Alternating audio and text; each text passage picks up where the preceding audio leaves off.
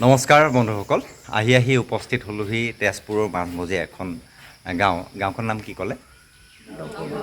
দ পৰ্বতীয়া বেজৰ চুবুৰী।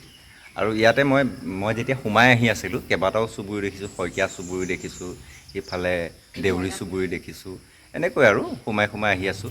নজনাটো জনা আৰু নেদেখাটো চোৱাৰ হেঁপাহ, আৰু এই হেঁপাহ বুকুত বান্ধিয়ে বৰষুণৰ মাজতে তেজপুৰখন ঘূৰি ফুৰিছোঁ। গেটৰ মুখৰ পৰা যেতিয়া ঘপককৈ সোমাই আহিলোঁ, তেতিয়া দেখিলোঁ কিছু অচিনাকি মহিলা। নমস্কাৰ প্ৰথমে আপোনালোকৰ সকলোকে। তেওঁলোকে তেওঁলোকৰ বিশেষ খেতি সঞ্চয় গোটৰ কিবা কাম কৰি আছে আৰু লগ পাই খুব ভাল লাগিল। তেওঁলোককে আহি প্ৰথম সুধিলোঁ যে এই নামঘৰ ভাগ, এই থান ভাগ, ব্ৰহ্মচাৰী সত্ৰভাগৰ প্ৰতিষ্ঠানো কেতিয়া হৈছিল।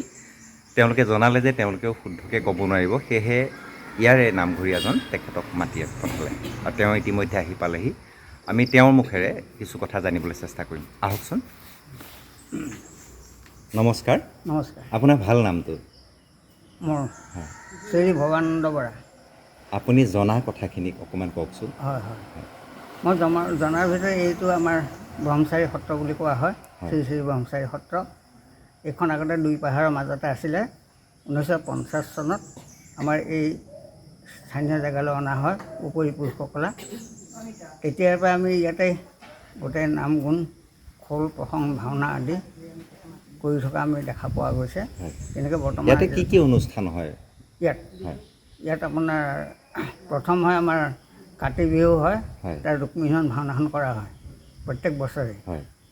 তাৰপিছত নাম গোৱা হয়, আমাৰ পাল নাম হয়, ভাদমহীয়া নিশ্চয় ভাদমহীয়া নাম সেৱা কৰা হয়, নাম চলি থাকে আৰু দপনি কৰা হয়। এনেকৈ বাৎসৰিক যিখিনি গোটেইখিনি কৰ্মই কৰা হয় ইয়াত প্ৰতীত নাথাকে একো।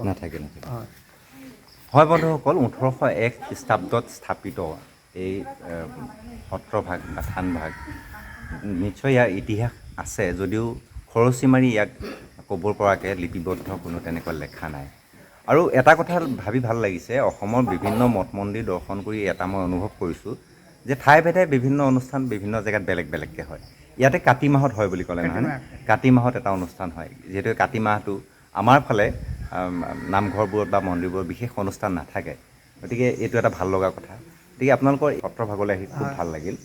আৰু মই ভাবোঁ মোৰ ভিডিঅ'টো যিসকলে চাই আছে, আপোনালোকেও যদি ইচ্ছা কৰে আহিব পাৰে। আজি মই ভিতৰলৈ সোমাবলৈ অকণমান অসুবিধা হ'ল, কিয়নো মই লং পেণ্ট চাৰ্ট পিন্ধি আছোঁ আৰু সকলো নামঘৰৰ দৰে এই নামঘৰটো ধুতি পাঞ্জাবী অবিহনে প্ৰৱেশ নিষেধ। বন্ধুসকল, মই ইয়াৰ কিয়দাংশ আপোনালোকক দেখুৱালোঁ। যদি ভাল লাগিল এটা লাইক কমেণ্ট কৰিবলৈ নাপাহৰিব।